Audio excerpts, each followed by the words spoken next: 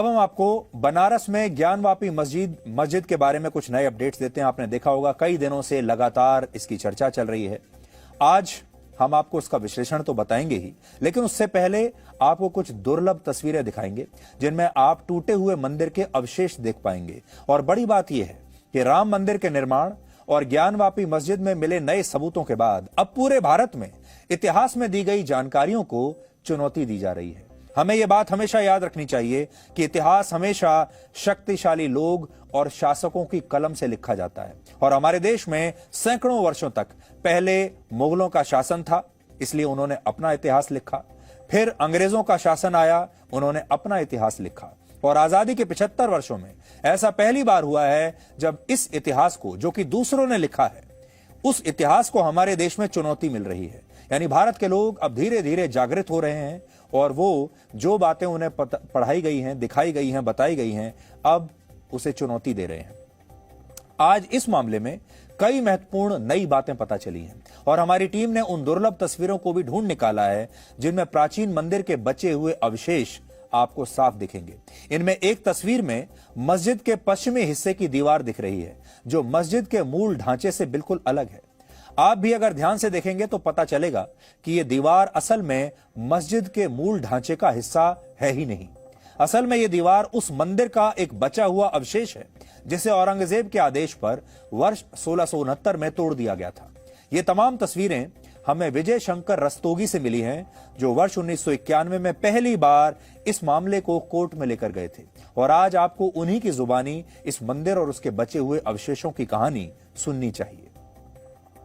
विजय रस्तोगी जी, क्या तस्वीरें आपने साक्ष्य के तौर पर स्वयंभू विश्वेश्वर ज्योतिर्लिंग के लिए अदालत में पेश की थी? ये तस्वीर मैंने कोर्ट में, निचली अदालत में और ऑनरेबल हाई कोर्ट इलाहाबाद में भी ये फाइल किया हुआ है, जिसमें इस विवादित स्थल के पश्चिमी दीवार को दिखाता है, जो पश्चिमी दीवार पुराने मंदिर की ही है।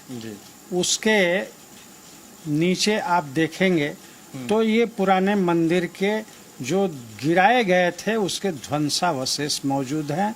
और इधर श्रृंगार गौरी का जो पूजन होता है, श्रृंगार मंडप था जिसमें कि श्रृंगार गौरी का पूजा वगैरह होता था। ये जो तहखाना है, इसमें व्यास जी का जो है वो सारा सामान, हिंदुओं का अभी तक भी सामान वगैरह जो है वो सब इसमें रखा जाता है। जो यज्ञ व पूजा पाठ वहाँ और रामचरितमानस आदि का जो महोत्सव होता है वहाँ पर, उसके सारे सामान इसी में रखे हुए हैं। ये तहखाना किस तरफ से? नंदी जी की तरफ से है? नंदी के ठीक सामने ये तहखाना है, दक्षिण तरफ। ये श्रृंगार गौरी की तस्वीर हमको लगी। श्रृंगार गौरी की तस्वीर है जो श्रृंगार गौरी की पूजा हो रही है।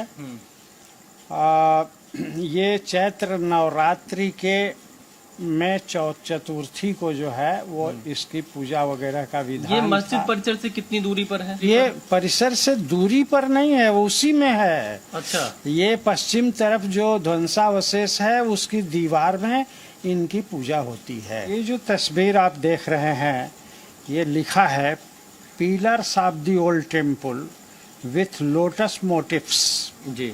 माने ये जो पिलर्स हैं जो वर्तमान विवादित ढांचे के बरामदे में आउटर साइड में लगा हुआ है, ये मंदिर के ही यथावत जो है वो खम्भे हैं और जिन पर कि हिंदू मंदिर के चिन्ह, ये जो कमल के चिन्ह। ये बरामदा मतलब हो गया जो गुंबद है परिसर में उसके ठीक बाहर बरामदा, जो फर्श जो आगे मैदान है उससे लगे जो बरामदा है। हाँ। जिसको कि मंदिर के मुख्य उसको तोड़ करके जो है वो बरामदा में कन्वर्ट कर दिया गया। उसमें ये जो लगे हुए हैं खंभे पत्थर के, ये मंदिर के ही हैं। बनारस हिंदू यूनिवर्सिटी के एक रिसर्च पेपर में भी यह बताया गया है कि औरंगजेब ने जानबूझकर इस मंदिर की एक दीवार को तोड़ा नहीं था ताकि इस शहर में रहने वाले हिंदू इस बात को कभी भूले नहीं कि वो मुगल शासकों के गुलाम होने से ज्यादा कुछ नहीं है। अब हम आपको ज्ञानवापी परिसर में मौजूद उस वजू खाने का एक नया वीडियो दिखाएंगे जहां शिवलिंग मिलने का दावा किया गया है। यह वीडियो वैसे तो 1 साल पुराना बताया जा रहा है, जिसमें नंदी की प्रतिमा आपको साफ दिख रही है। बड़ी बात यह है कि यह प्रतिमा उत्तर की दिशा में दिख रही है, जहां वजू खाने में शिवलिंग मिलने की बात कही गई है। हिंदू मान्यताओं के अनुसार नंदी को भगवान शिव का वाहन माना गया है और उनकी मूर्ति ज्योतिर्लिंग के ठीक सामने स्थापित होती है। यानी इस हिसाब से यह प्रतिमा उसी दिशा में देख रही है जहां वजू खाने में शिवलिंग मौजूद हो सकता है। इस्लाम धर्म में वजू को शुद्धि की एक प्रक्रिया माना गया है। इसके मुताबिक जब कोई व्यक्ति नमाज से पहले वजू करता है तो असल में इस दौरान अपने हाथ, मुंह, नाक, सिर, अपने बाजू और अपने पैरों को पानी से धोता है और फिर उसे नमाज पढ़नी होती है।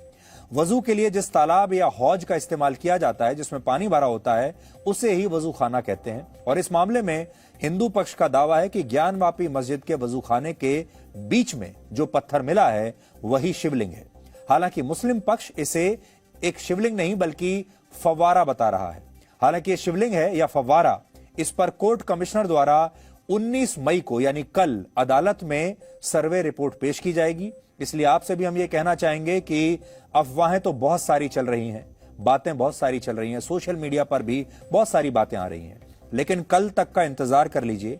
अदालत में वो रिपोर्ट पेश होगी और तब आपको सही जानकारी मिल पाएगी कि वहां पर क्या था। Presenting B News app available on Google Play and App Store. Download it now.